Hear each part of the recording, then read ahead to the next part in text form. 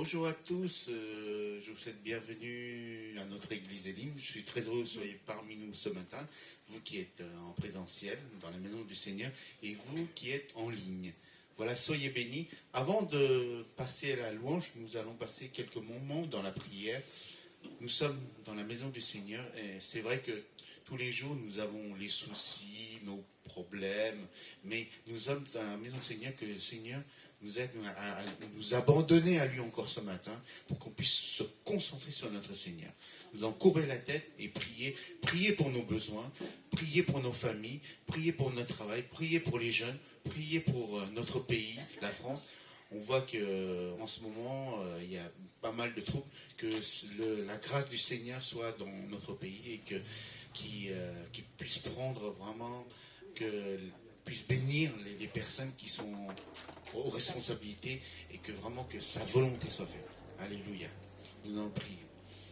Alléluia. Merci Seigneur pour ta paix, Seigneur. Merci parce que tu es un Dieu d'amour, un Dieu de miséricorde et que vraiment, Seigneur, nous sommes en paix en toi, Seigneur. Je te demande de bénir chacun d'entre nous, que ce soit mes frères et sœurs qui sont ici, que ce soit mes frères et sœurs qui sont en chemin, Seigneur, et ceux qui sont derrière le petit écran, Seigneur. Seigneur, vraiment que ton amour soit déversé sur chacun d'entre nous, Seigneur.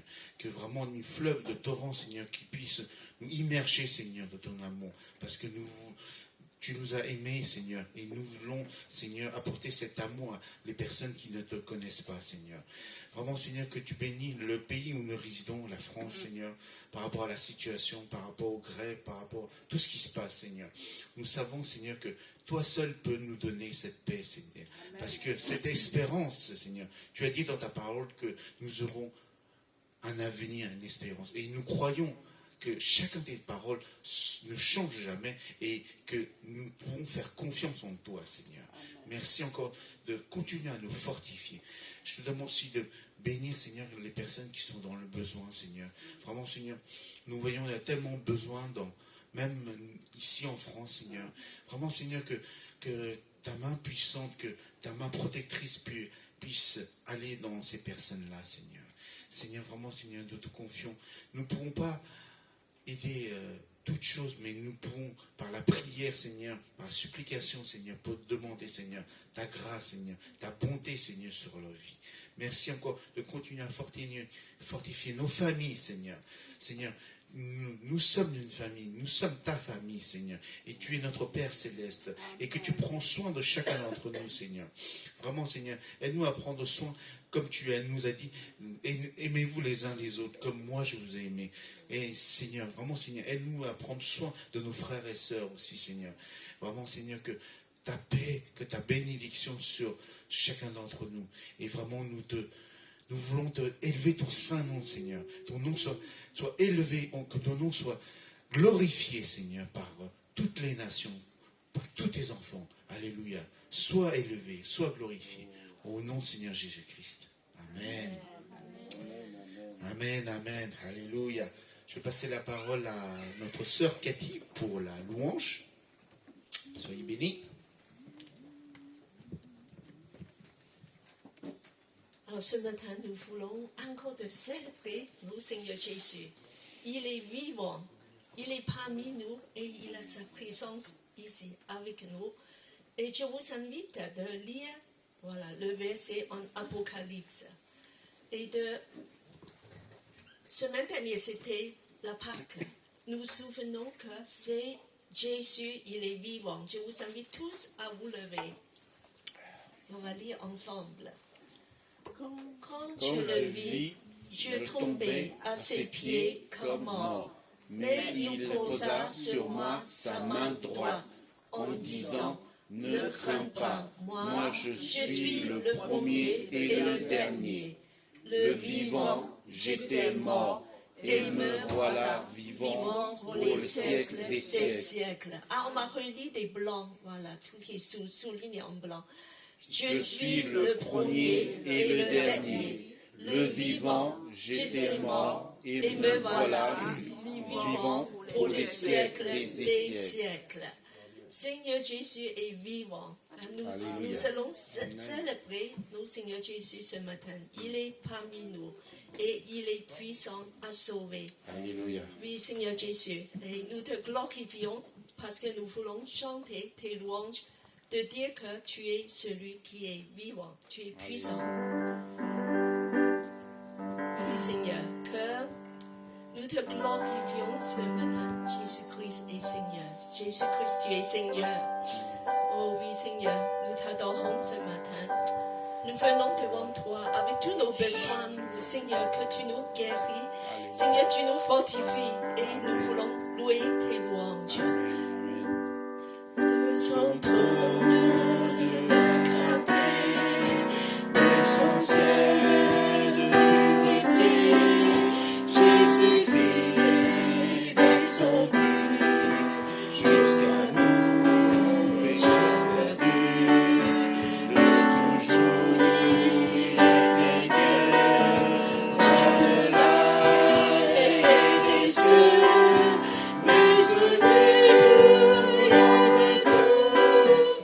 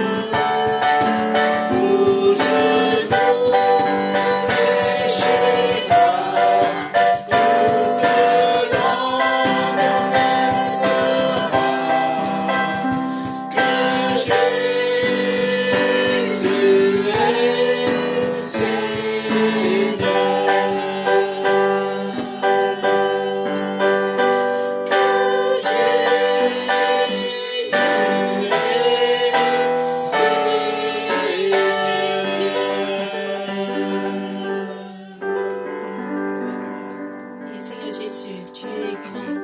Tu es vivant, nous te louons. Glorifie. Nous passons un petit moment de prière. Chacun de nous ouvre nos bouches de parler à Jésus, de le glorifier, de parler à lui. Merci Jésus. De lui demander un cœur rempli de l'Esprit Saint. Oh Seigneur, remplis-nous, remplis-nous. Parce que tu es vivant, oh Seigneur, Seigneur, nous te glorifions ce matin. Oh Seigneur, tu es bel en ton nom, oh Seigneur, tu es merveilleux, oh Seigneur, nous avons besoin de toi. Viens de nous libérer, viens de nous guérir. Oh oui, Seigneur, tu as nos besoins, oh Seigneur, nous t'adorons ce matin.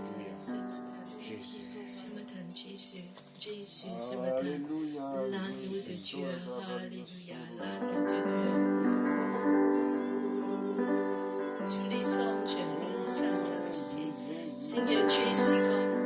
Oh Seigneur, tous les anges te louent. Tout l'univers loue ton grand nom.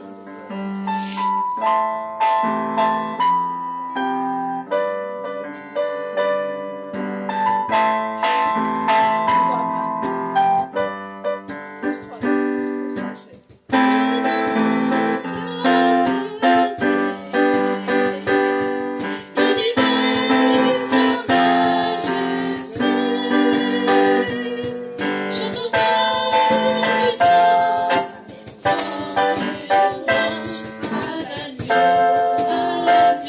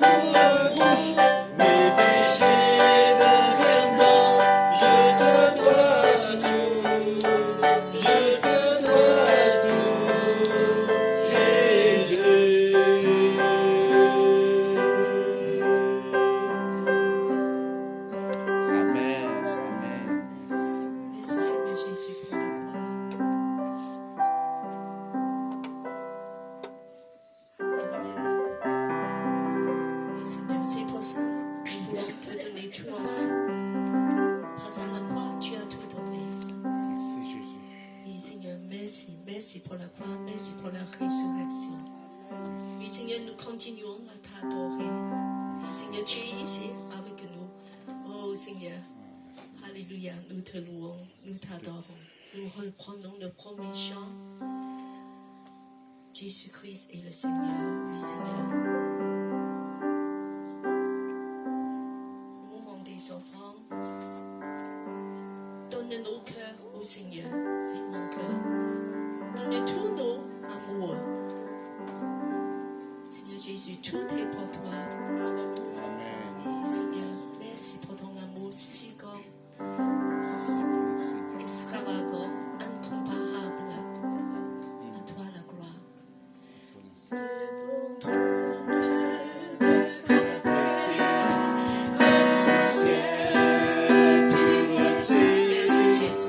Jésus-Christ est descendu jusqu'à nous, pécheurs perdus, de toujours l'unique Dieu, roi de la terre et des cieux, mais ce découvert tout, Jésus va mourir pour nous.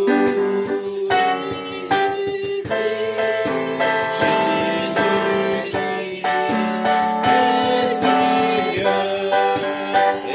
Seigneur, il est sorti du tombeau, il est Seigneur.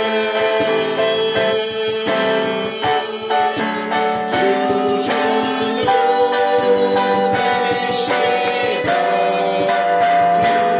toute langue confessera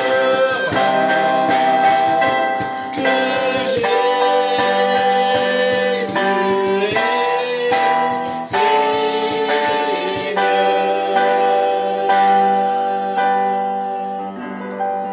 Seigneur Jésus, merci, tu as tout déployé, oui, Seigneur, pour nous, afin qu'on puisse être riches. Oh Seigneur, merci pour toutes tes bénédictions. Oh Seigneur, alléluia. À toi la gloire, à toi la louange. Nous voulons demander Gladys à prier pour les offrandes. Merci Seigneur pour tant de grâce à notre égard. Merci parce que tu es le Seigneur de notre vie, Seigneur. Sois glorifié et béni, mon Dieu, mon roi, pour les offrandes, les dîmes, tout ce que nous apportons dans ta maison, c'est pour ta gloire, Seigneur. Nous voulons encore, Seigneur, te dire merci parce que chaque jour, tu prends soin de nous, tu prends soin de notre famille, Seigneur. Et nous sommes reconnaissants pour tant d'amour à notre égard, Seigneur. Sois glorifié, béni, ton nom est digne d'être loué, d'être adoré. Gloire à toi, Jésus. Amen. Tu es vivant. Amen. Amen. Merci Seigneur. Merci Seigneur Jésus, nécessité. Amen. À toi la gloire.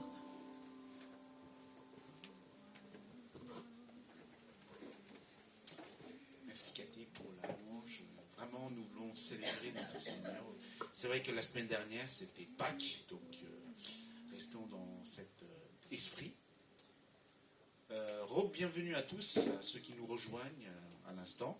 Donc, nous sommes une église des nations. Notre devise est toujours la même. Comme Dieu est fidèle, nous aussi, nous sommes fidèles. Aimer Dieu, aimer la famille de Dieu et servir les autres. Donc, nous avons quelques rendez-vous dans la semaine. Il y a une sortie d'évangélisation le 29 avril. Donc, c'est à 14h à l'église. Donc, 29 avril, c'est un samedi, c'est ça hein? Ok, c'est un samedi. Donc, si vous êtes disponible, si vous avez un cœur pour faire de l'évangile, donner la bonne nouvelle et que vraiment vous avez du temps disponible, vous êtes les bienvenus à y participer à partir de 14h. Donc, soyez nombreux. Donc, nous voulons vraiment que notre quartier soit vraiment illuminé par la lumière de notre Seigneur, là où nous sommes. Alors, nous avons aussi un ensemble pour une prière pour la France du 16 avril au 6 mai. Donc 21 jours de prière pour notre pays, pour les sujets qu'on voit, vous voyez, par rapport à ce qui se passe dans les médias, donc on est tous au courant. Donc vraiment que Dieu donne la paix, Dieu donne les bonnes décisions à ceux qui nous dirigent. Voilà, donc nous allons prier, intercéder pour que le Seigneur puisse prendre le contrôle et que vraiment que nous puissions vraiment... Nous sommes bénis quand nous sommes ici. Nous sommes dans un pays où nous pouvons exercer librement notre foi en notre Seigneur. Dans d'autres pays, on a des pays où nos frères et sœurs sont persécutés à cause de leur foi. Donc nous avons cette chance donc, de glorifier notre Seigneur en toute liberté. Donc prions pour que la France garde cette liberté, qu'on puisse exercer, louer notre Seigneur et que vraiment que les choses, bonnes choses arrivent que là où nous sommes. Amen. Alors nous avons aussi le parcours de disciples. Donc le 23 avril. 23 avril, donc c'est dans 2 semaines. Une semaine. Ah oui, pardon, excusez-moi. On est... Ah oui, pardon. C'est moi qui... Je suis un peu débousselé. Donc c'est la semaine prochaine. Donc ceux qui étaient là pour les autres cours de parcours disciples, soyez présents. C'est important parce que si vous n'êtes pas là une semaine sur 2, c'est comme si vous ratez un cours. Donc soyez présents, soyez fidèles. Et vraiment, ces cours vont vous aider à donner la bonne parole, c'est-à-dire à témoigner de Jésus autour de vous, de votre entourage, de la famille, et que ça va vous donner des outils, des moyens pour évangéliser. Voilà, chercher. Donc nous avons aussi les rendez-vous dans la semaine à 15h30 et à 19h tous les mercredis pour le groupe sur Zoom. À 15h30, c'est le groupe sinophone en mandarin. Donc si vous parlez mandarin, donc soyez bienvenus. Et à 19h, le groupe francophone. Donc si vous êtes disponible dans ces heures-là, vous êtes tous invités à y participer. C'est fini les annonces, donc voilà. Il n'y avait pas mal d'annonces non, aujourd'hui. Donc, alléluia. Donc, je vais inviter le pasteur Lénel, parce que... pasteur Lénel, pour le message du jour. Pasteur.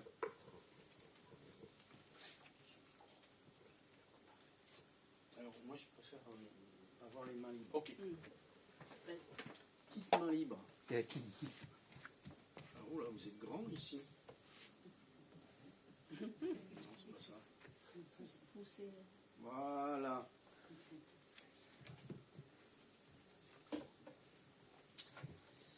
Bien, très heureux de vous retrouver à Élim, cette église des nations. Et de saluer aussi, j'en profite pour saluer ceux et celles qui nous écoutent, ou celles qui nous regardent ou nous regarderont via Internet. Voilà, il y a quelques jours maintenant, nous avons les uns les autres célébré la Pâque un peu à notre manière, et les chrétiens se sont souvenus que cela correspondait à la mort de Jésus et à sa résurrection. Ces deux événements qui constituent finalement le socle de notre foi chrétienne. La mort de Jésus parce qu'elle nous ouvre des perspectives éternelles, et la résurrection de Jésus parce que c'est ce qui met le sceau à sa mort, c'est ce qui donne la crédibilité à ce qui s'est passé juste avant, c'est l'approbation du Père qui ressuscite son Fils, et donc cela met en évidence la croix. Et donc, puisque nous avons parlé les uns les autres de la résurrection, j'ai pensé m'arrêter sur un texte où Jésus ressuscité, depuis peu, se révèle. Et donc, on trouve cela dans Jean chapitre 21.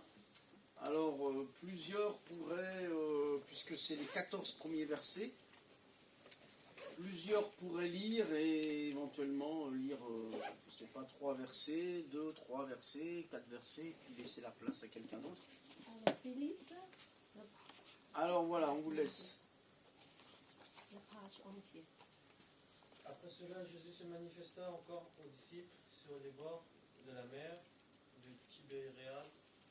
Voici comment il se manifesta: Simon, Pierre, Thomas, appelé Didyme, Nathanaël de Cana en Galilée, les fils de Zébédée et 2 autres de ses disciples étaient ensemble. Simon Pierre leur dit: Je vais pêcher. Ils lui dirent: Nous allons nous aussi avec toi. Ils sortirent et montèrent dans la barque. Cette nuit-là, ils ne prirent rien. Le matin venu, Jésus se trouva sur le rivage, mais les disciples ne savaient pas que c'était Jésus. Jésus leur dit: Enfants, n'avez-vous rien mangé? Ils lui répondirent: Non. Il leur dit de jeter le filet du côté de la barque, et vous trouverez. Ils le jetèrent donc, et ils n'étaient plus capables de retirer à cause de la grande quantité de poissons. Et Nicolas, continue. Alors le disciple de Jésus aimait Jacques, c'est le Seigneur. Dès que Simon Pierre eut entendu que c'était le Seigneur, il mit son vêtement car il était nu, et se jeta dans la mer.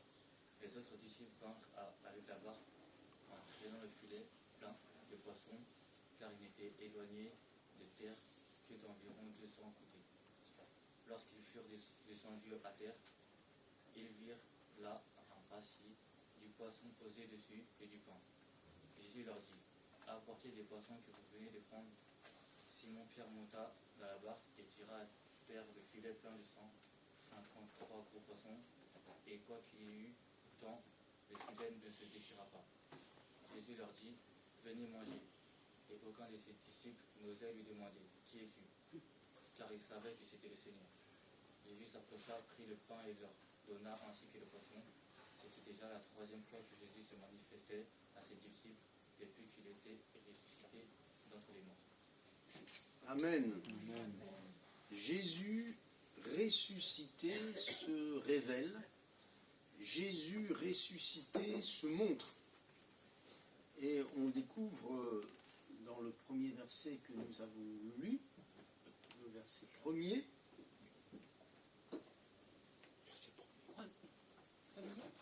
que Jésus se montre, donc se manifeste encore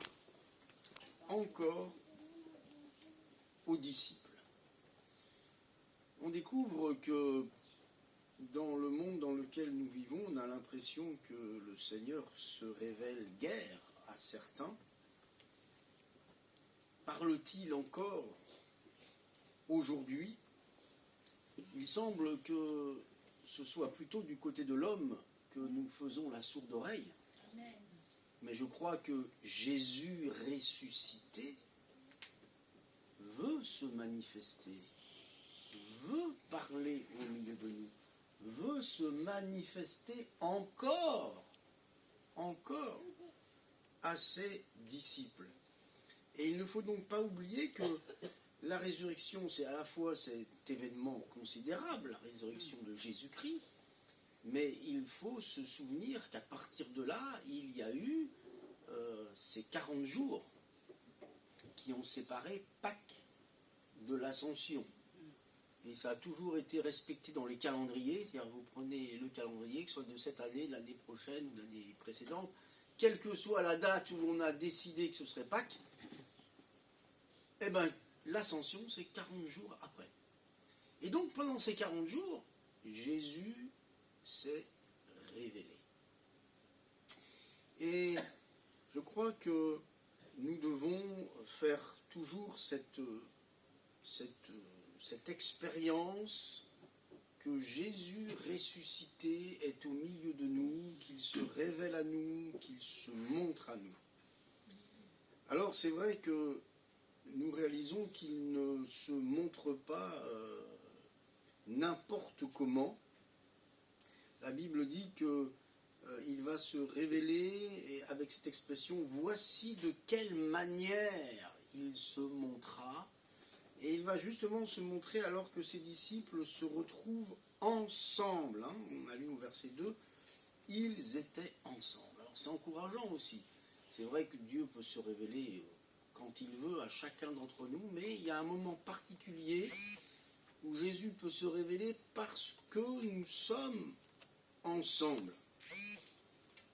Et malgré le fait que Jésus vient vers eux, il est pourtant comme voilé à leurs yeux. Au verset 4, les disciples ne savaient pas que c'était Jésus. Alors c'est difficile de donner une explication parce qu'on se dit, si c'est Jésus, ils l'ont reconnu. À plusieurs passages, vous l'avez découvert, plusieurs passages, tous ceux qui vont croiser Jésus, alors on va croire que c'est le jardinier, on va croire que c'est quelqu'un d'autre, bref, les disciples d'Emmaüs également, enfin, il y a quelque chose, Jésus ressuscité ne se fait pas découvrir physiquement comme on pourrait le penser, le croire, il y a un mystère derrière ça, jusqu'à ce que Jésus parle, Jésus agisse, et là, d'un seul coup, on comprend que c'est lui. Alors, nous aussi, quelquefois, Jésus peut venir vers nous, peut agir en notre faveur, peut nous parler, à travers peut-être même de la prédication, hein, et nous, on peut ne pas le reconnaître. On peut ne pas savoir que c'est lui. Il peut y avoir des circonstances où on a du mal à reconnaître que c'est Jésus qui est derrière les circonstances.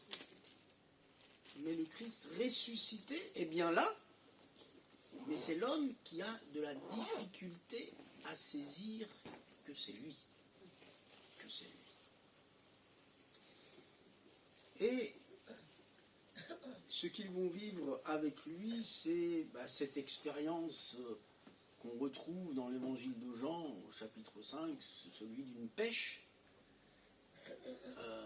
C'est vrai que Jésus se trouve au bord du lac, de Tibériade, et là où il y avait des pêcheurs, en tout cas, Jésus se met à leur niveau, et Jésus va enseigner pour qu'ils comprennent avec leur expérience personnelle, hein, c'est le cas de l'apôtre Pierre.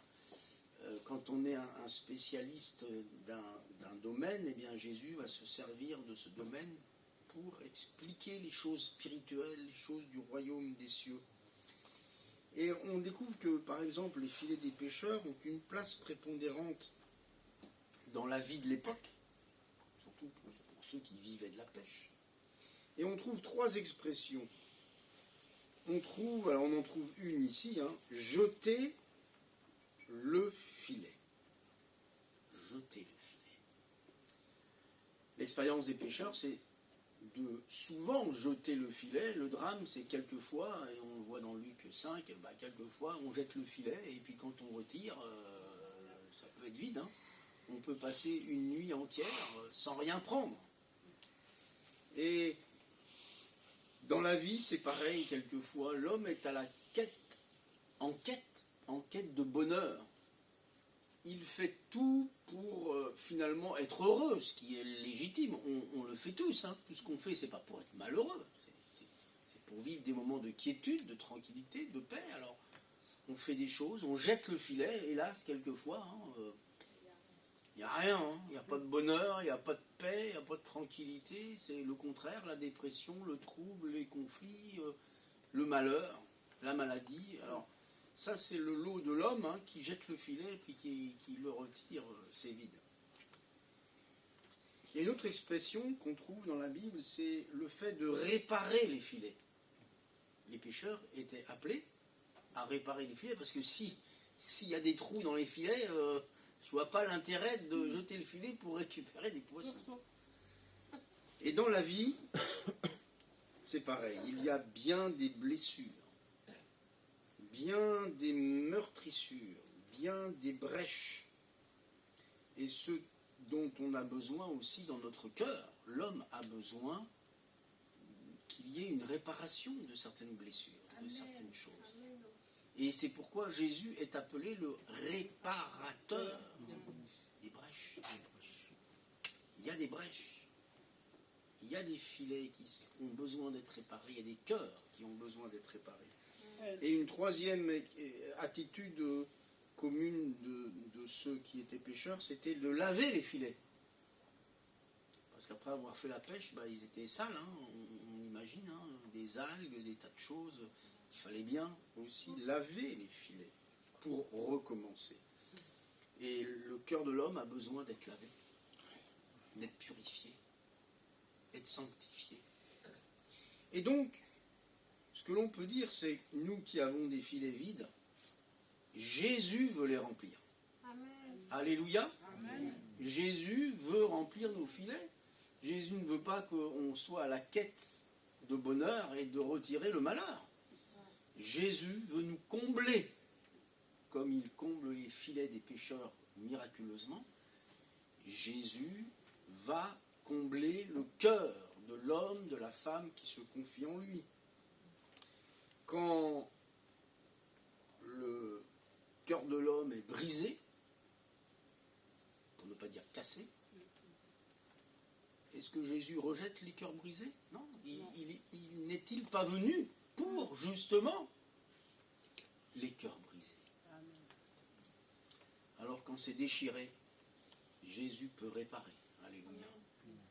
Et enfin, quand le cœur de l'homme est sale, eh bien, par le sang de Jésus, le sang de l'agneau, il purifie de tout péché.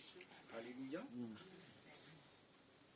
Alors il y aura une petite injonction de la part du Seigneur qui est celui de jeter le filet du côté droit de la barque. Et c'est symptomatique parce que le jeune qui a lu tout à l'heure avait oublié le mot droit. On va dire, oh, c'est pas grave ça, hein? C'est pas grave. Ah oui, mais il y a des détails, il faut se dire, pourquoi le côté droit? Jésus ne savait-il pas que c'était là qu'il y avait les poissons? Mais il y a un détail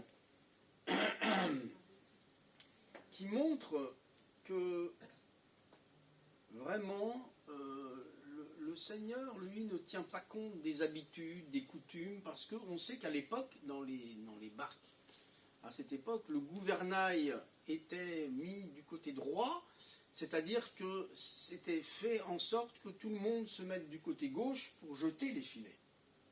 Et on ne jetait pas le filet du côté droit, on le jetait toujours du côté gauche. Et c'est pourquoi Jésus donne ce détail qui a dû, même si ce n'est pas écrit, mais qui a dû les décontenancer, c'est que Jésus dit bien, vous allez jeter le filet du côté où vous ne le jetez jamais. Là où vous n'allez pas, vous allez le faire. Oh ben non, Seigneur, jamais on a fait ça. On a toujours appris que là, il y avait tous les gouvernails, il y avait tout le matériel, tous les ustensiles sont mis là. On jette toujours de l'autre côté. Pardon. C'est déraisonnable ce que Jésus demande là. C'est pas logique. C'est pas normal.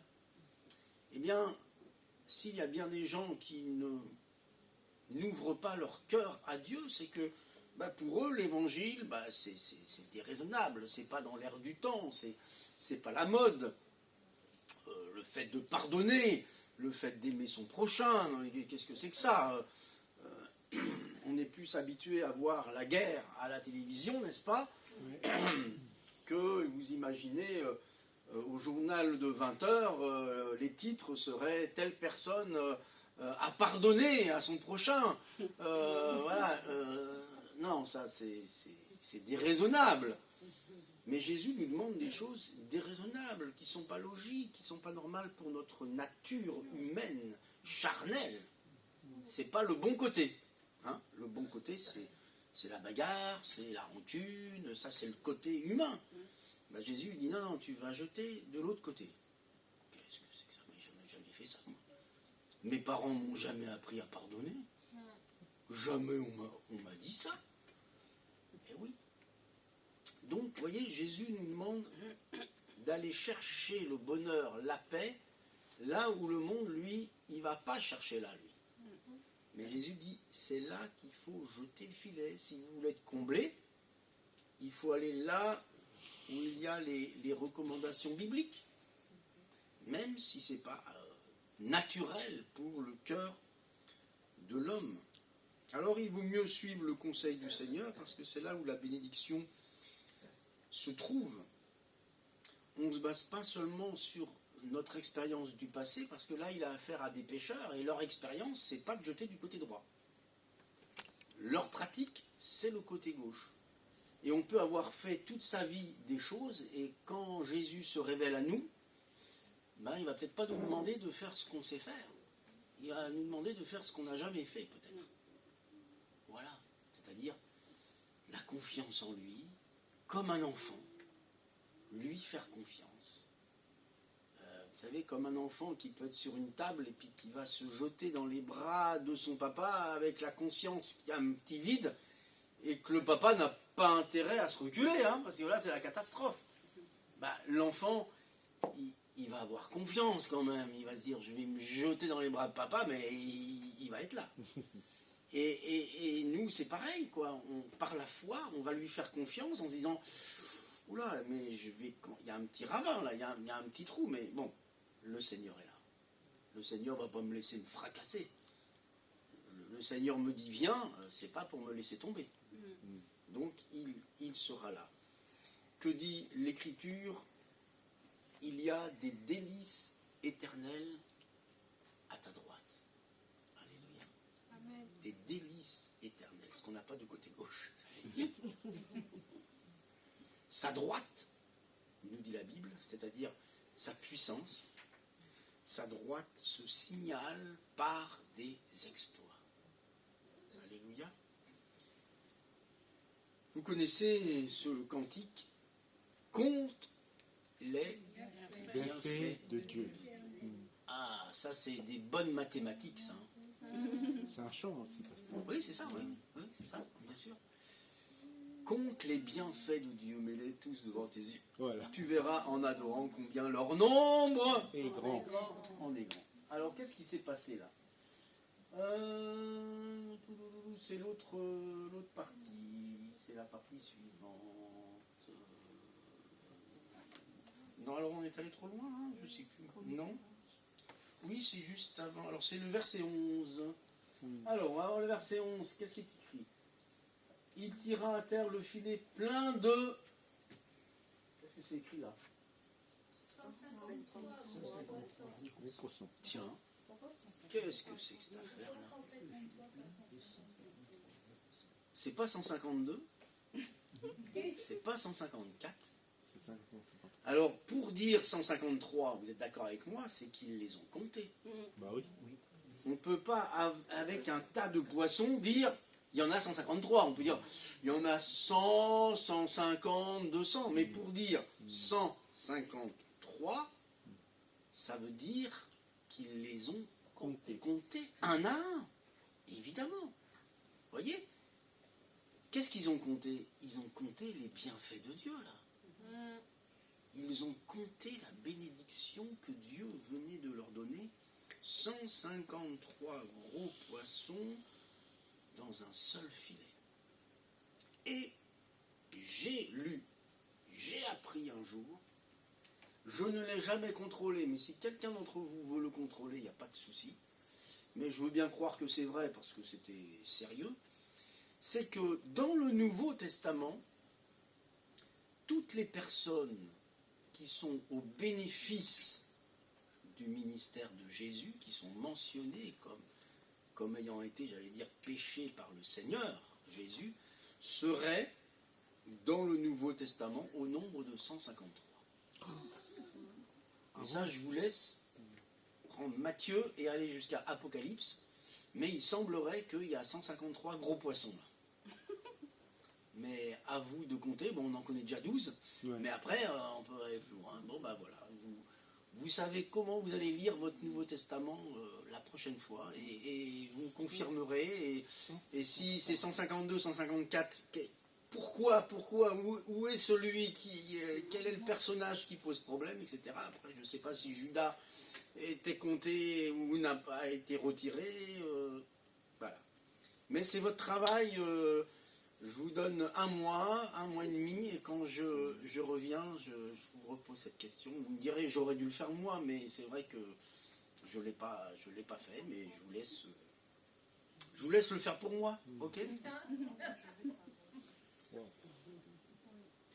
Et voyez-vous, ce miracle, c'est l'intervention du Seigneur qui va ouvrir les yeux, parce qu'on a vu au verset 7 que quand il y a eu ce miracle, ils ont dit, c'est le Seigneur. Ils ont découvert que c'était le Seigneur.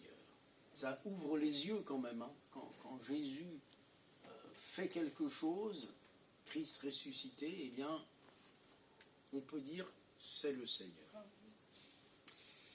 Et un autre détail, puisque je vois que vous aimez les mathématiques, là, alors on va continuer. Alors, il y a un détail aussi, c'est que ça se trouvait à 200 coudées, voilà. 200 coudées. Alors pour nous, ça ne nous dit pas grand-chose, hein. Ça fait 88 mètres. Et donc, pour pêcher 153 gros poissons à 88 mètres du bord, c'était pas possible, quoi. C'était pas concevable. Elle allait beaucoup plus loin pour... si en France, vous rendez-vous compte, s'il fallait que les pêcheurs récupèrent des gros poissons à 88 mètres, ils ne partiraient pas des nuits entières. S'ils partent des nuits entières, c'est parce qu'il faut plusieurs heures pour aller là où il y a les gros poissons en pleine eau, en pleine mer. Mais 200 coudées, c'est 88 mètres, il y a quelques petites... comment on dit ça? Des brasses, merci. Quelques petites brasses, et puis 88 mètres, c'est quand même vite fait. Hein. En plus, si vous savez faire le crawl, à peine vous commencez, vous y êtes.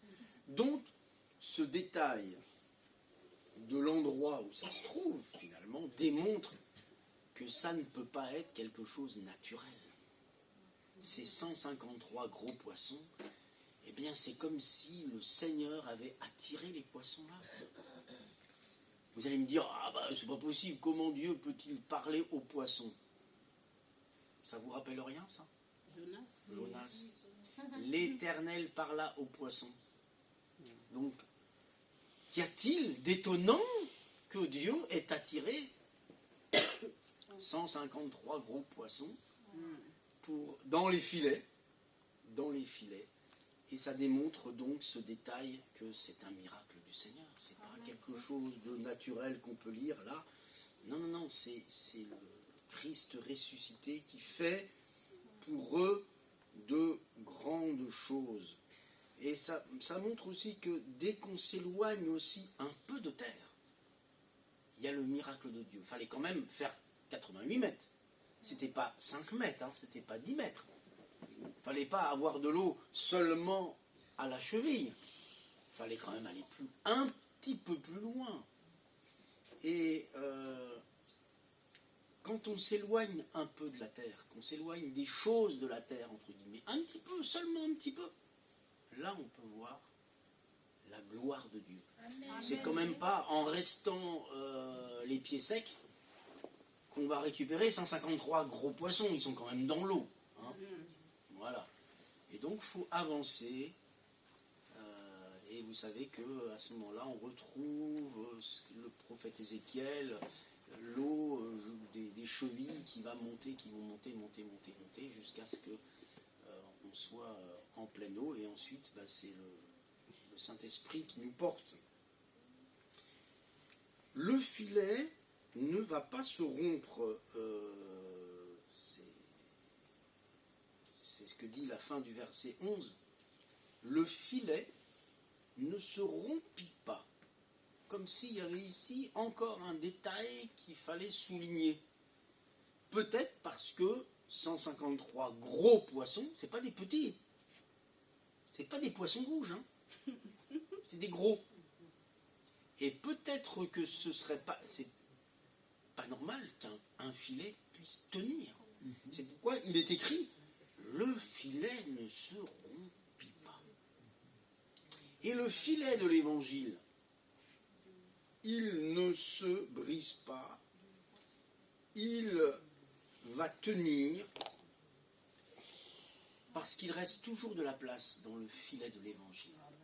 On ne peut pas dire, bah ça y est, hein, on a dans notre église quelques gros poissons et tiens, faites une belle fête le jour où vous êtes 153 là. Hein. Vous direz, ah merci Seigneur, on est les 153 gros poissons.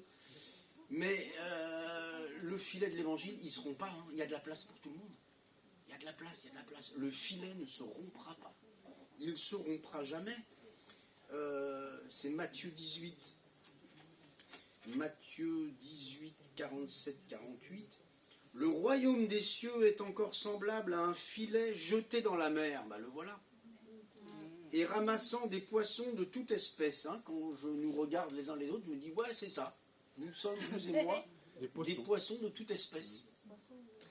Quand il est rempli, les pêcheurs le tirent et après s'être assis sur le rivage, ils mettent dans des vases ce qui est bon, ils jettent ce qui est mauvais. Il en sera de même à la fin du monde.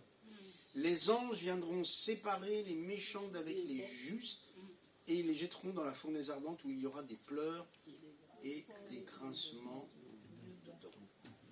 Vous voyez, le filet de l'évangile, on le retrouve là dans l'évangile selon Matthieu. Je vais noter aussi. Ah oui, c'est plus loin, une autre référence. Et je découvre aussi que la différence avec Luc 5 et ici, c'est qu'ici, les filets, c'est au singulier. Là-bas, c'était jeter vos filets. Et ici, c'est le filet. Le filet. C'est au singulier. Ils n'en prennent qu'un. Alors, je crois que déjà dans notre vie, jetons déjà notre filet à nous, hein, afin que Dieu le remplisse, que Dieu le répare, que Dieu le lave. Et puis, parce que nous formons une église ensemble, eh ben, évidemment, on constitue bien des filets, et le Seigneur peut nous demander en même temps de jeter nos filets, mais il peut nous dire aussi, à toi particulièrement, comme il a fait à Pierre, jette ton filet dans la mer. Et il se passe aussi un petit événement, lorsqu'ils furent descendus à terre, ils virent là des charbons allumés, du poisson dessus et du pain. Et Jésus va leur dire, apporter, voilà. Et donc, il y a un brasier, un feu de braise. Et derrière ça, il y a un message. Il y a un message parce que, d'abord, ce brasier, on le trouve seulement ici, dans le Nouveau Testament. Il n'y a que ce brasier et un autre, qui se trouve dans la cour du grand prêtre, dans Jean 18, 18. Et on va faire le parallèle entre ces deux brasiers. Jean 18, 18, les serviteurs et les huissiers qui étaient là avaient allumé un brasier car il faisait froid et il se chauffait. Pierre se tenait avec eux et se chauffait. Et c'est donc dans Jean 18 que Pierre va être autour du brasier, se chauffait, et c'est autour de ce brasier qu'il va renier Jésus. Quelque temps après, peu de temps après, on peut le dire, Christ est ressuscité, et voilà que Pierre se retrouve à nouveau autour d'un brasier. Vous savez, on a, vous et moi, une mémoire. Alors ça peut être une mémoire visuelle. Et le brasier qu'il a vu de ses yeux il y a quelques jours, j'allais dire, et qui revoit aujourd'hui, ça peut lui rappeler des souvenirs. Et on a aussi un souvenir olfactif très important. C'est, je crois, le plus comment ? Développé. Oui, le plus développé en nous, c'est la mémoire des odeurs. Et c'est vrai que, je ne sais pas si ça vous est arrivé d'avoir une odeur, par exemple, d'un plat que vous n'avez pas ressenti depuis des décennies. Et tac, il y a un souvenir, ça m'est arrivé vraiment, une odeur vous ramène à cette odeur que vous avez sentie il y a des décennies. Nous avons une mémoire olfactive. Alors là, ça fait pas si longtemps. Ils avaient allumé un feu. Alors un feu, ça se dégage quoi? De la fumée, hein. Et voilà que quelques jours après, en présence de Jésus qu'il a renié devant le feu, devant le brasier, à nouveau, ces odeurs, cette fumée, ce feu, où il y a quelque temps, Pierre avait renié Jésus. Et je pense que ce n'est pas le hasard, c'est une manière de rappeler à Pierre d'où il vient, ce qu'il a fait. C'est bien beau de se retrouver là avec 153 gros poissons, on va se régaler, hein, parce que c'était aussi le but. Jésus leur dit, apportez les poissons que vous venez de prendre. Super, on va faire un festin extraordinaire avec des bons poissons grillés, là. Mais c'est pas seulement pour ça le brasier, c'est que ça ramène Pierre au fait qu'il n'y a pas si longtemps, eh bien, il avait renié le maître. C'est évidemment un douloureux souvenir qui doit aussi le ramener à l'humilité, finalement. L'humilité. Et c'est important par rapport à notre service, notre engagement, toutes nos priorités, où il y a bien des domaines où on a peut-être un peu failli, où on n'a pas été à la hauteur. On peut essayer de montrer que tout va bien, mais dans notre vie, on se dit, ah là, j'ai peut-être pas été comme il fallait, j'ai pas... Et c'est important que le Seigneur nous le rappelle, non pas pour nous écraser, non pas pour nous condamner, mais pour que nous restions dans l'humilité. Que nous restions. C'est bien beau de faire un festin avec Jésus, mais de savoir d'où l'on vient, de savoir qu'on n'a pas été parfait, ça rend Pierre capable d'entendre ce qu'il va aussi entendre après, et puis d'être le Pierre qui, dans Acte 2, va vivre des choses extraordinaires, et puis va prêcher la parole qui va convaincre 3000 âmes, etc. etc. On voit que cet épisode, ça fait partie, j'allais dire, de sa formation. Ils ont reconnu que c'était le Seigneur. Jésus s'approcha, prit le pain, verset 13, et leur en donna. Alors, vous voyez, c'est vrai que c'est aussi une coutume de la Pâque juive, dans le cadre de la Pâque juive, de tremper le pain dans ce qu'on appelle le harosset, c'est-à-dire c'est une bouillie faite avec des noix, avec des amandes, des choses consistantes qui représentaient le mortier de l'Égypte. Il fallait à Pâques se souvenir du mortier de l'Égypte, et on trempait du pain, et c'est ce pain que Jésus va tremper, va donner à Judas d'ailleurs. Bon, je ne vais pas revenir sur la célébration de la Pâque, mais ils avaient vécu la Pâque avec Jésus qui avait partagé le pain avec eux, et là, Jésus s'approcha, prit le pain et leur en donna. Là encore, le souvenir de ce qu'ils ont vécu il n'y a pas si longtemps, quand Jésus avait rompu le pain en leur disant « Ceci est mon corps ». Et là encore, Jésus les ramène à ce qu'ils ont vécu avec lui. On ne peut pas oublier ça, et quand bien même il l'aurait éventuellement oublié, là il redécouvre Jésus qui rompt le pain, qui leur donne. Et c'est bien sûr encore un souvenir, quand Jésus a dit « Faites ceci en mémoire de moi ». Le temps me manque pour parler de la mémoire, mais c'est un thème biblique aussi, la mémoire. Jésus ne veut pas qu'on oublie, et principalement ce qu'il a fait pour nous, ce qu'il a accompli pour nous. Ne jamais l'oublier, c'est avoir la mémoire. Et donc, Jésus a voulu ces moments de Sainte Seine, occasionnellement, ou quand on le peut, ou quand on le veut, mais pour nous souvenir de ce qu'il a accompli pour nous. Et la conclusion de ce passage, Et celle-ci, et on le découvre à nouveau, c'était déjà la 3e fois que Jésus se montrait à ses disciples depuis qu'il était ressuscité des morts. Et pourtant, c'est la 3e fois, et ils ont même eu des difficultés à le reconnaître. Hein. Et pourtant, c'était la 3e fois qu'il se manifestait à eux. Et je voudrais appliquer cette parole à nous aussi. Ça fait combien de fois que Jésus se montre à nous depuis qu'il est ressuscité des morts? Il s'est révélé à nous. Hein? Oui? Est-ce qu'il s'est révélé à vous depuis que Jésus est ressuscité? Amen. Oui, il s'est révélé à nous, à notre cœur. Pas physiquement, il n'y a pas eu une apparition. Ça peut être très très très exceptionnel. Jésus est libre de se révéler comme il le veut. Mais il s'est révélé à nos cœurs, en tout cas, c'est ça l'essentiel.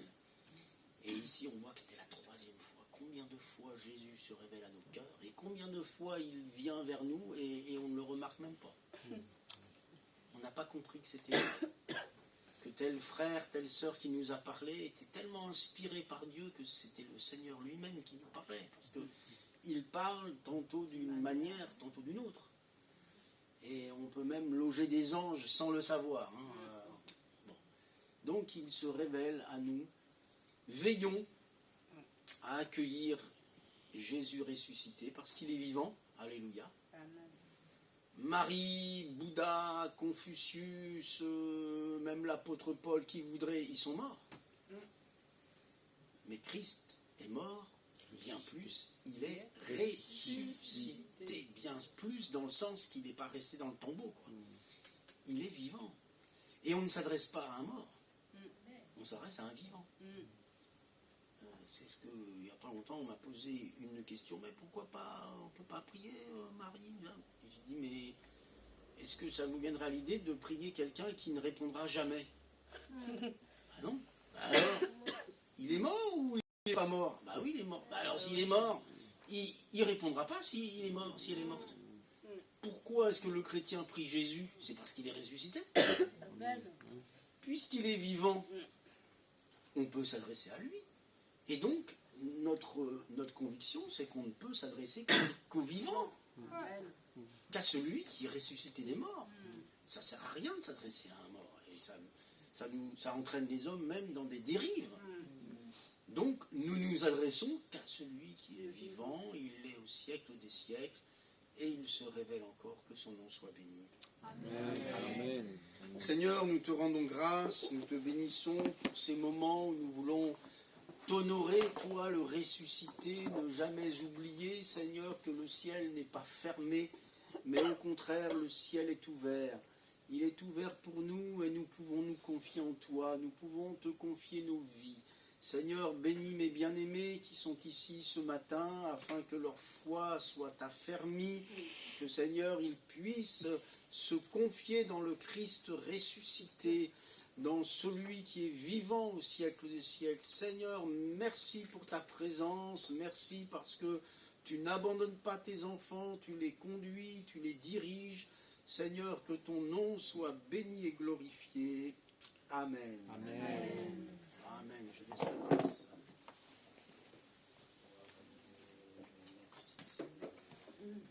Alléluia. Merci, pasteur, pour le message. Notre Seigneur est vivant. Alléluia. Amen. Voilà, donc, Alléluia. nous avons un Dieu vivant. Voilà, comme le chant qu'on a interprété tout à l'heure, il est sorti du tombeau, il est Seigneur. Donc, il est notre Seigneur.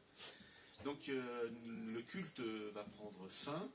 Pour ceux qui sont en ligne, soyez bénis et rendez-vous dimanche prochain.